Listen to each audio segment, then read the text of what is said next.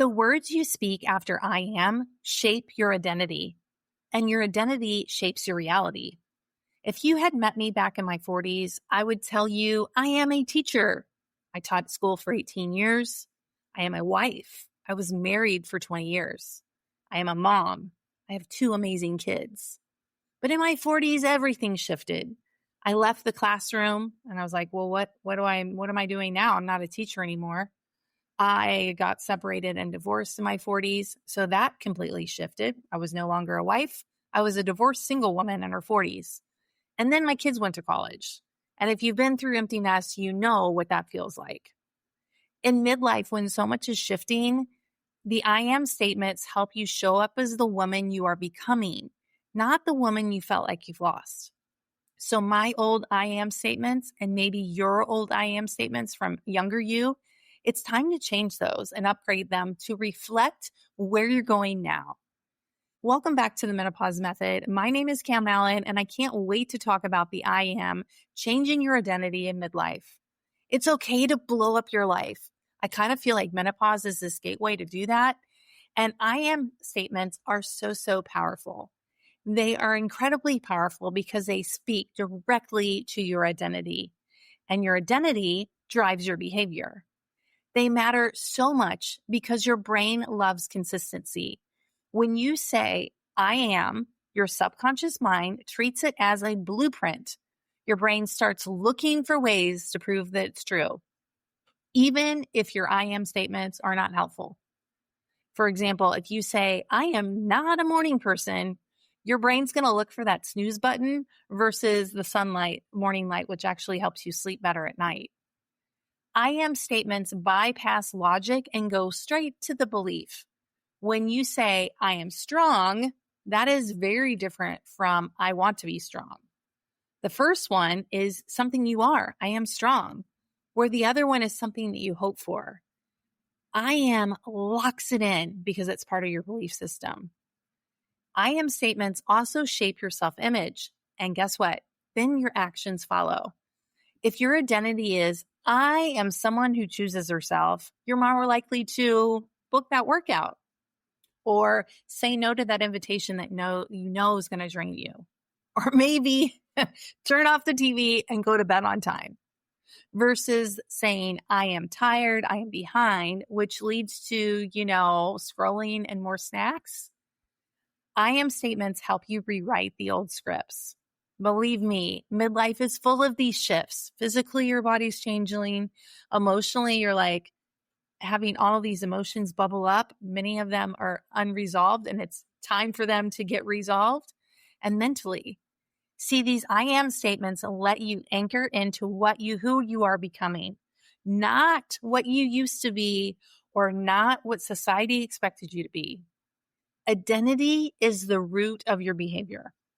And when the subconscious mind stays congruent with who you say you are, I am becomes a self-fulfilling prophecy, good or bad.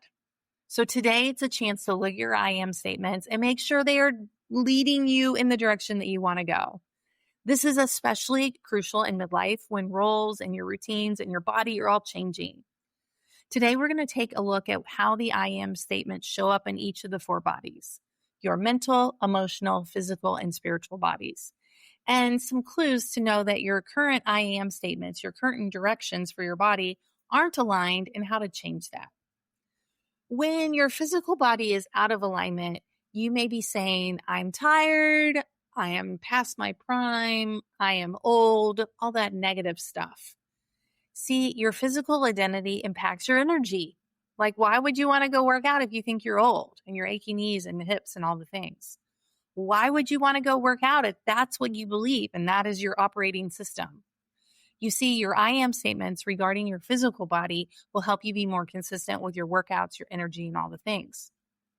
Now, it may come out like when you're not aligned with your I am statement in your physical body, you may find yourself trying harder and going back to the old workouts that always worked. How do I know this? I did it myself. After menopause, I tried to go back to my CrossFit ways, and I would end up exhausted on the couch for days. And then mentally, I would say not nice things to myself. And emotionally, I was like, you're a loser, you're lazy, all the things. So sometimes when I doubled down on my workout, it just made things worse. Then you might notice in your physical body, you're not happy with what you see in the mirror or when you put on your clothes. So you might find yourself changing clothes to cover up body parts. Or when you're getting dressed to go somewhere, you've tried on 8 things before you decide on something that you're like, okay, I can wear this. Those are all signs that your physical body is out of your alignment with your I am statement. If it's not here yet, say, I am learning to rebuild my strength, or I am on my way to love my body again. It's okay to be in the process. I actually think menopause is the process. In the emotional body, those are your emotions. You may start noticing things like disappointment and like, why can't I figure my health out? Or you may feel shame towards yourself. Maybe you feel like you've neglected yourself. When you start to notice those negative emotions about your body, it's a sign to say, I am allowed to feel these emotions. Do not gaslight yourself. Look in the mirror and say to yourself, I'm allowed to feel. Let those emotions bubble up. I find that a lot of women in midlife have literally stuffed down those feelings all of this time, and menopause kind of rips them out and all the emotions come out. Let me tell you something. You are allowed to feel your emotions, and you're allowed to say, I am someone who gives herself grace. In the mental body, this is the stuff that you say to yourself when you walk in front of a mirror. Like, what are you saying to yourself when you walk by? Or maybe you're getting dressed and you're like, I can't wear this. My belly's sticking out. Or I don't want to show my arms. I can't wear this shirt. You may also find yourself saying, why can't I figure this out? And there's a lot of shame in that. The women in my world are smart and they know a lot of things. And also they're like, why can't I figure this out? When your spiritual body feels out of alignment, you may be asking yourself, like, what's the point now? Like, who am I? Is this it? Or you may feel like unsure of your purpose. That is a sign for you to get out in Mother Nature, put your feet on the earth, lift your face to the sun, or maybe finding a quiet prayer ritual or a meditation, some quiet time to return to yourself. And whatever you do, turn that phone over. Get in touch with yourself and don't let social media, including me, tell you how you should feel. During the spiritual shift in menopause, things like, I am returning to myself, or I am grounded and I am guided. Those are some helpful I am statements to guide yourself back. So the first step of this is to notice, what are you saying about yourself? What is running in the background? What are you saying? I am blah, blah, blah. What are you saying? Another clue that might help you is listen for part of me wants this and part of me wants that. Once I tell you that, you're going to hear part of me in all kinds of conversations with yourself and with other people. When people say that, or when you say that, or when I say that, it is literally both parts of you are right. And it's kind of like we're in conflict with ourselves. So pause and ask, what do I want to feel, or what do I want to be known for? And if it comes up negative, this is the super helpful question. What do I want instead?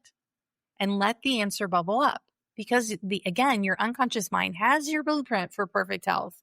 And if you go with your first instinct, if you let it bubble up, your unconscious mind will reveal exactly what your next step is.